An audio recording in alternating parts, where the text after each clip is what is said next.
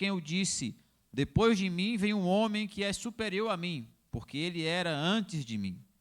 E eu não o conhecia, mas para que ele fosse revelado a Israel, por isso vim batizando com água. João testemunhou dizendo: eu vi o Espírito descer do céu como uma pomba e permaneceu sobre ele. E eu não o conhecia, mas aquele que me enviou para batizar com água, este disse para mim: aquele sobre quem vires descer o Espírito e sobre ele permanecer, esse é o que batiza com o Espírito Santo. E eu vi e testemunho de que este é o Filho de Deus. Aleluia. Meus queridos irmãos, 400 anos haviam se passado sem profecia. O último dos profetas descrito no Antigo Testamento é Malaquias, o último livro do Antigo Testamento. Os últimos versículos do livro de Malaquias diz o seguinte: eis que eu enviarei Elias o profeta, antes da vinda do grande e terrível dia do Senhor. Um profeta haveria de nascer. Este profeta anunciaria o Messias. 400 anos se passaram desde essa profecia. E surge dentro do contexto de Israel, aparece no relato bíblico, um casal, Zacarias e Isabel. Zacarias era sacerdote, ele e sua esposa eram fiéis que seguiam a lei de Deus. Ocorreu então que chegou o momento em que Zacarias deveria entrar no templo para oferecer, queimar o incenso, ofertar o incenso ao Senhor. Uma honra que era dada ao sacerdote apenas uma vez durante a sua vida. Chegou o momento dele entrar para oferecer este sacrifício, esta oferta. E como que deveria ser? Ele entrava no templo acompanhado por 2 auxiliares. Um auxiliar trazia uma taça com brasas vivas tirada do altar. O outro trazia em uma outra taça incenso. Os 3 caminhavam juntos em direção ao altar do incenso. Chegando naquele local, o primeiro auxiliar depositava as brasas ali e se retirava. O segundo auxiliar entregava o incenso para Zacarias. E aí ele ofertava o incenso ao Senhor. O texto nos diz que quando Zacarias termina de orar, de oferecer o incenso, ele estava orando, o anjo Gabriel apareceu para ele. Mas é interessante observar sobre o que e por que ele estava orando. Zacarias e Isabel não tinham filhos, mas ele não estava orando especificamente por filhos. A tradição diz que o sacerdote deveria orar agradecendo a Deus pelas bênçãos derramadas sobre Israel, mas também pedir paz sobre Israel. Quando Zacarias termina de orar, agradecendo a Deus pelas bênçãos recebidas e clamando por paz em Israel, o anjo aparece e ele traz uma resposta muito bela: Zacarias, você terá um filho. Filhos são bênção do Senhor. Zacarias estava agradecendo pelas bênçãos e agora vem uma bênção maior na vida dele. E a bênção vem completa, porque diz o seguinte: Zacarias, eu vou te dar uma bênção, vou te dar um filho, e este filho irá anunciar aquele que trará a paz, não somente para Israel, mas para todo o mundo. Glorificado seja o nome do Senhor. O que nós podemos perceber aqui é que as respostas de Deus, ela vem para quem está envolvido no seu ministério, para quem está exercendo aquilo que Deus tem na sua vida. Às vezes nós queremos respostas de Deus e clamamos ao Senhor, mas não estamos engajados naquilo que Deus nos deu para fazer. Da mesma forma, tem muitos que querem ser cheios do Espírito Santo e clamam: eu quero ser cheio do Espírito Santo, mas para quê? Com qual objetivo? Cristo nos disse para os discípulos que vocês serão cheios, mas aí vocês serão minhas testemunhas em Jerusalém, na Judeia e até os confins da terra. Portanto, eu não posso querer ser cheio do Espírito Santo se o meu objetivo é ficar sentado na igreja dando trabalho para o pastor e para o meu líder.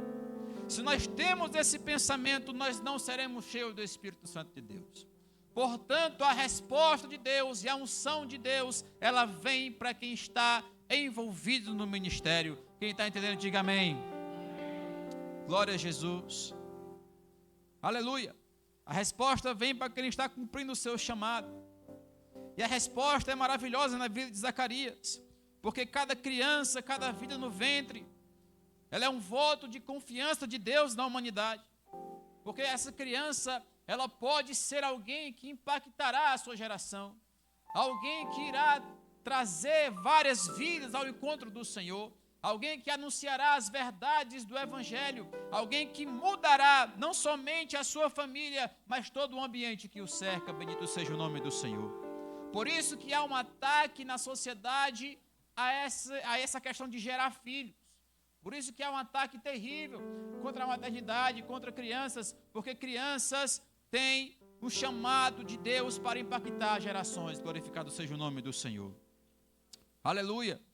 João Batista, ele cresce, e ele se isola então no deserto, e aos 30 anos, ele inicia o seu ministério pregando arrependimento. A mensagem de João Batista era muito simples. Ela não tinha um teor teológico pesado demais. Ele não usava palavras muito difíceis. Ele apenas dizia: arrependam-se, porque é chegado o reino dos céus. O que fazia diferença na mensagem de João Batista era a unção do Espírito Santo de Deus. O que nós aprendemos aqui, meus amados irmãos, é que a mensagem, ela pode ter teologia do que for, pode ter a filosofia do que for, se ela não tiver a unção que vem do Espírito Santo de Deus, ela não irá impactar as vidas. A unção de Deus é o que ainda faz a diferença no nosso ministério, é a unção de Deus que ainda faz a diferença na minha e na tua vida. Glorificado seja o nome do Senhor. É a unção de Deus, é a unção do Senhor. Aleluia. E as multidões vinham para ouvir João Batista. Ele anunciava esse arrependimento. Mas certo dia, enquanto ele pregava, enquanto ele batizava as pessoas, ele vê um homem se aproximando. Este homem, ele tinha os cabelos compridos, ele tinha as suas vestes simples, ele tinha as suas sandálias sujas de andar pelo deserto. Ele tinha um olhar sereno, uma face serena. Quando João Batista o vê, ele diz: eis aí o Cordeiro de Deus que tira o pecado do mundo. Ele estava falando de Jesus Cristo, nosso Salvador. Aleluia, bendito seja o nome do Senhor. Essa declaração traz um peso tremendo para toda aquela sociedade. Para os judeus que estavam ali acompanhando a mensagem, João Batista dizia: a sua religião vã não vai poder salvar vocês. Para os fariseus, a declaração de João queria dizer que o sistema religioso, as tradições, elas não têm o poder para te salvar. Para os soldados romanos que estavam ali, a declaração de João Batista queria dizer que o Império Romano não tem poder para resistir ao poder do Cordeiro de Deus. Portanto, não é a filosofia, não é a religião, não é a política, não é a polícia, não é homem algum que pode nos salvar, mas é o Cordeiro de Deus que tira o pecado do mundo. É o Cordeiro de Deus. Aleluia. Ele declara: eis o Cordeiro de Deus. E este Cordeiro, queridos irmãos, que é Cristo Jesus, ele começa o seu ministério trazendo um impacto tremendo naquela sociedade. Mas eu preciso explicar para vocês, de forma muito breve, sobre o Cordeiro. O Cordeiro no Antigo Testamento foi muito usado para sacrifício. Era bastante familiar aos judeus o uso de um cordeiro como sacrifício para expiação, para perdão de pecado. O cordeiro foi usado durante a Páscoa. O cordeiro era imolado nos sacrifícios diários de Israel. Mas o que deveria ser um momento de súplica, um momento de arrependimento e demonstração de culpa, realmente: Senhor, me perdoa, virou apenas um ritual religioso. O livro do profeta Isaías, no capítulo 1, verso 11, diz o seguinte: de que me serve a multidão de vossos sacrifícios? Estou farto dos holocaustos de cordeiros e da gordura de animais cevados, e não me agrado do sangue de novilhos, nem de cordeiros, nem de bode. Portanto, o sacrifício, que era uma cerimônia instituída por Deus, algo belíssimo para trazer arrependimento ao povo, se tornou um mero ritual religioso. E quantos no meio evangélico têm vindo para a igreja apenas por ser um ritual? Não, vou para o culto, senão o pastor vai brigar comigo. Vou para o culto, senão o meu líder vai brigar comigo, senão vão me cobrar, senão eu não sei o quê, não sei o quê, não sei o quê. Por mera formalidade.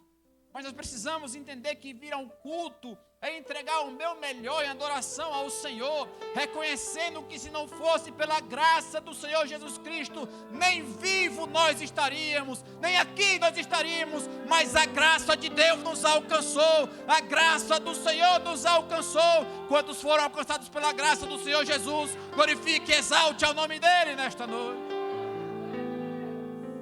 Aleluia! Isaías capítulo 53 nos diz, falando sobre o Messias, que como um cordeiro ele foi levado ao matadouro. Jesus, ele é o sacrifício eterno e perfeito.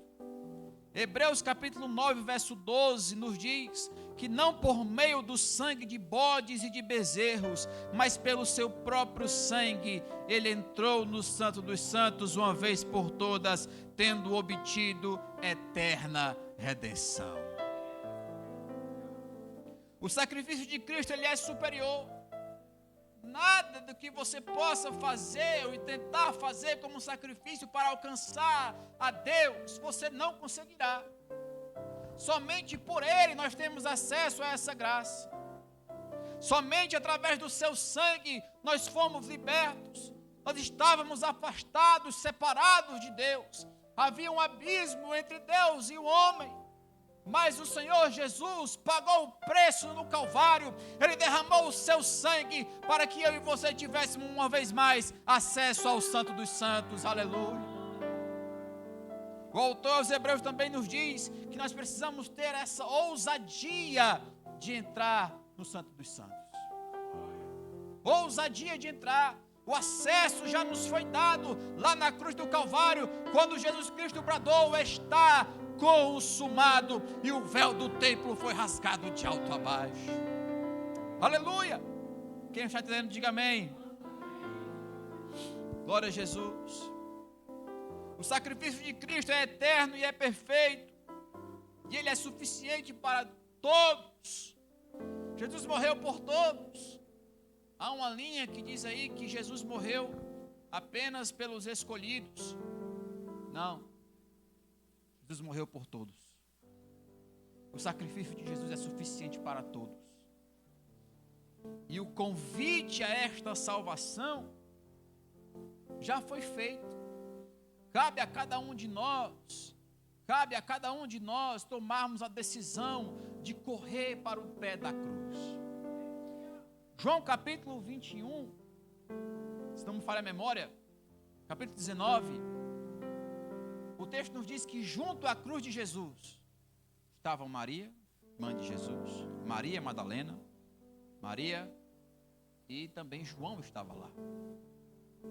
Este texto nos faz meditar sobre a que distância nós estamos da cruz de Cristo. Porque quem está junto à cruz, ele tem convicção naquilo que ele acredita. Quem está junto à cruz permanece até o final. Todos os outros discípulos abandonaram, mas João permaneceu até o final. Pergunte para quem está do seu lado aí: a que distância você está da cruz?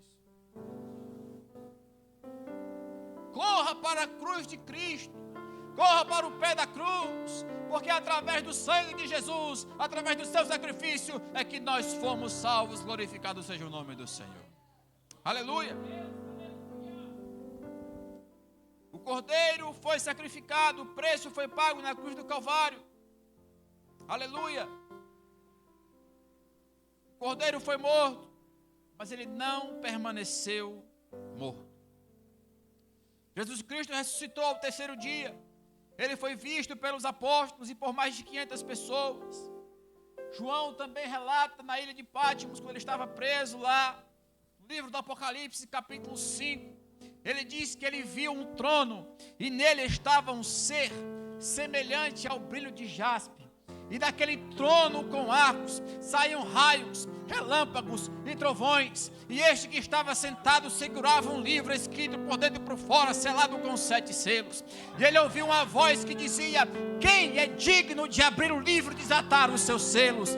Mas ninguém na terra, nem no céu, nem debaixo da terra foi achado digno. Abraão não era digno, Moisés não era digno, Jacó não era digno, nenhum dos profetas era digno. Mas e eu, pregador, você também não seria digno. Mas eu estou na igreja de segunda a segunda, você não é digno. Mas eu prego a palavra, você não é digno.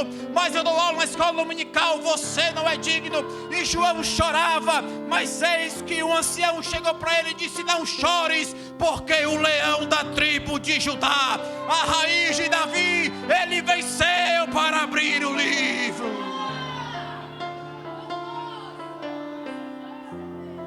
Quando João olhou, ele viu de pé do lado do trono um cordeiro como se tivesse morto. Por quê? Porque as cicatrizes do Calvário estão sobre o cordeiro, mas o cordeiro está vivo. As cicatrizes do Calvário estão sobre o Senhor Jesus, mas ele está vivo. A Bíblia diz que ele se dirige até aquele que estava sentado, ele toma o livro em suas mãos e ele diz: eu sou capaz. Oh, aleluia! Eu sou capaz. A Bíblia diz que quando ele toma o livro em suas mãos, todo o céu se prostra diante dele e começa a declarar: digno és de receber honra, louvor, majestade, poder, domínio, força, riqueza, porque foste morto e reviveste. Essa noite também você pode declarar que ao Cordeiro de Deus seja a honra, seja o louvor, seja a majestade, seja o domínio, seja o poder para sempre. Digno é o Cordeiro que foi morto, santo, santo ele é.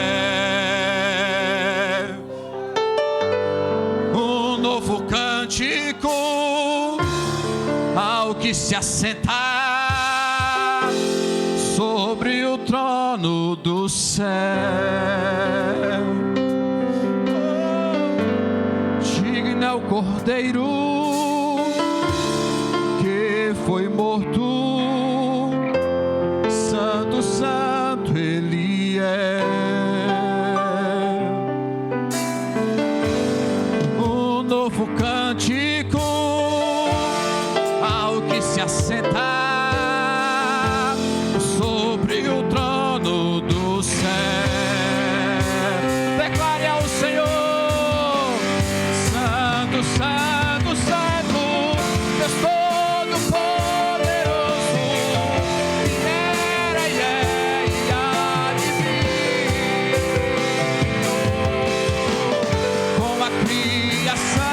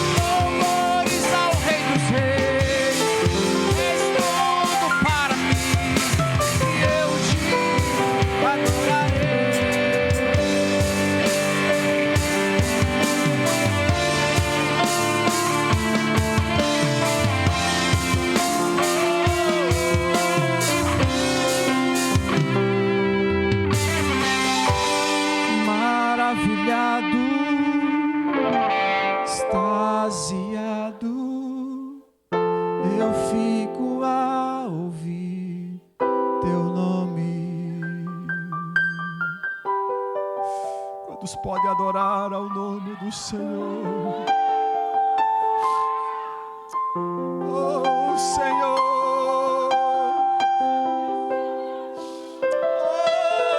Oh, adore a Ele. Enquanto você adora o Senhor, enquanto você glorifica o nome dEle, as enfermidades serão curadas agora pelo poder do nome do Senhor. Depressão vai sair agora pelo poder do nome do Senhor.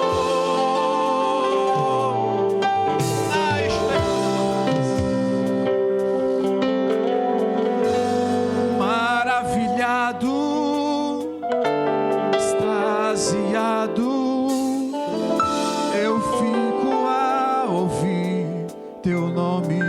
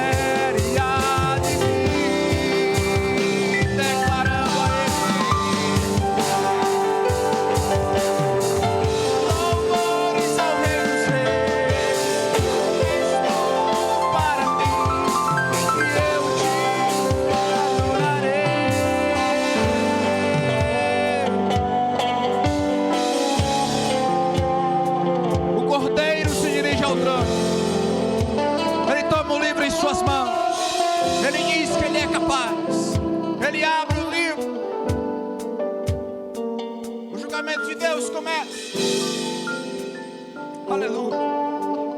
Começam então a vir os cavaleiros, a vir uma série de coisas, mas o que nós precisamos compreender, queridos irmãos, nessa noite, é que o cordeiro lhe foi sacrificado, ele derramou todo o seu sangue, as cicatrizes estão sobre ele, mas o cordeiro, ele está vivo. Nós servimos a um Deus que é vivo, não um Deus que não pode andar, que não pode ver, que não pode sentir, mas um Senhor que se movimenta pela sua igreja nesta noite.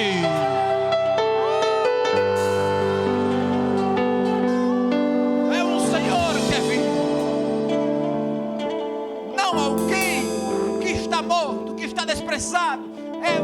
A sociedade pode até querer menosprezar os cristãos, pode até querer menosprezar o nosso Salvador, mas eu declaro, como Jó disse, eu sei que o meu Redentor vive, e muito em breve ele se levantará.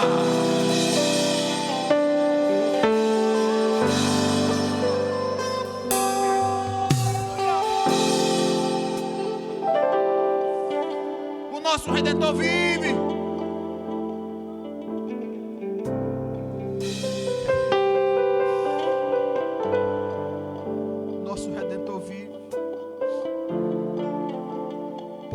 Amados irmãos, a ressurreição de Cristo, ela é a base da nossa esperança. Paulo, escrevendo aos Coríntios, ele diz: se Cristo não ressuscitou, é vã a nossa esperança e vã a nossa pregação. Eu creio no Cristo sim que é vivo, porque quando eu estava passando por momentos de dificuldade, Ele chegou para mim e me acalmou. Quando meu filho estava na UTI, foi o Senhor que me sustentou. Quando os médicos disseram, vai ter que fazer uma cirurgia muito delicada, pode haver várias sequelas, foi o Senhor que me sustentou. Aleluia. É o Senhor que nos sustenta. Aleluia. Quando eu estava passando por uma crise na juventude, e me sentei debaixo de uma árvore, peguei um violão, cantei uma música do mundo e disse: Senhor, eu nunca mais vou tocar numa igreja, eu não quero mais saber da tua palavra,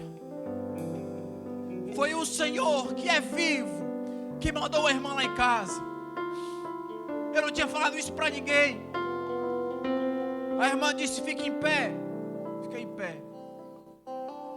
Assim te diz o Senhor: eu te vi debaixo daquela árvore, e eu ouvi quando tu disse que não queria mais louvar para mim. O nosso Deus ainda fala.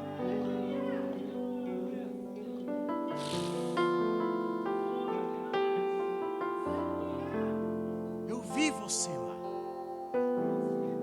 E às vezes nós passamos por situações e pensamos que ninguém nos vê. Ninguém me vê. Eu me sinto tão só. Ninguém se importa comigo.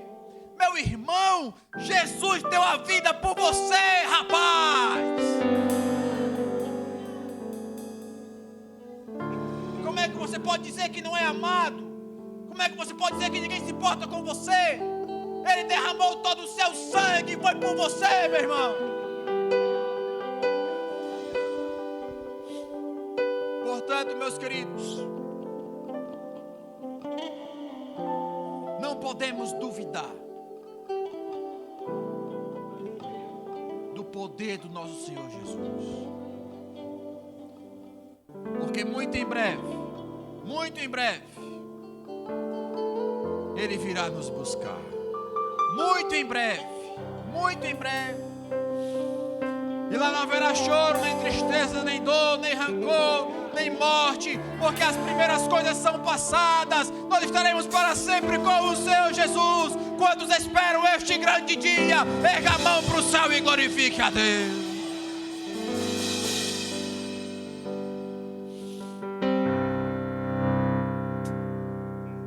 Além do rio azul, as ruas são de ouro e de cristal. Se você crê, louve ao Senhor.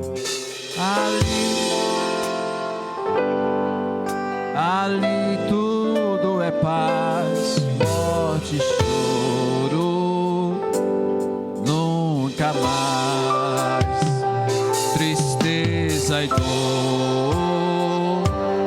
nunca mais. Além do rio azul, as ruas são de ouro e de cristais. Ali tudo é vida, ali tudo é paz, morte e choro, nunca mais tristeza e dor, nunca mais. E aí, verei o grande rio da vida, claro como cristal. Verei a face do meu mestre querido. Pega sua mão e cante ao Senhor. Não mais noite ali, não. Nenhum clamor. Verei os olhos de Jesus e darei. Não haverá mais noite ali.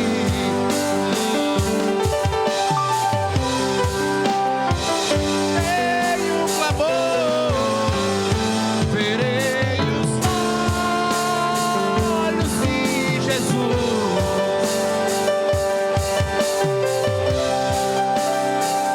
Seu corpo enfim. As nações andarão na sua luz e as portas jamais se fecharão. A cidade é de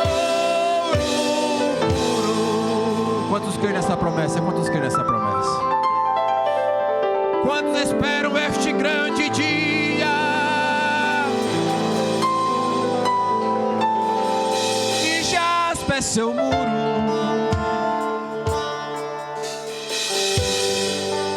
além do rio azul.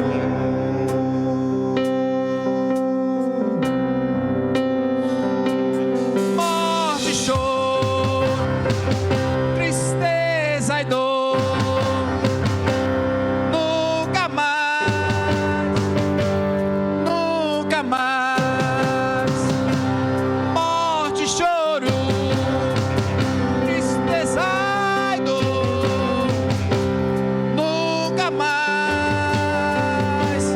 nunca mais. Morte, choro, tristeza e dor,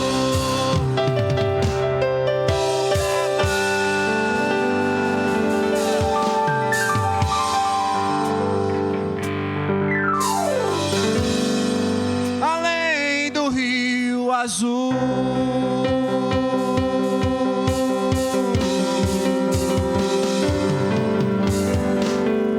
Glorifique e exalte ao Senhor, porque só Ele é digno.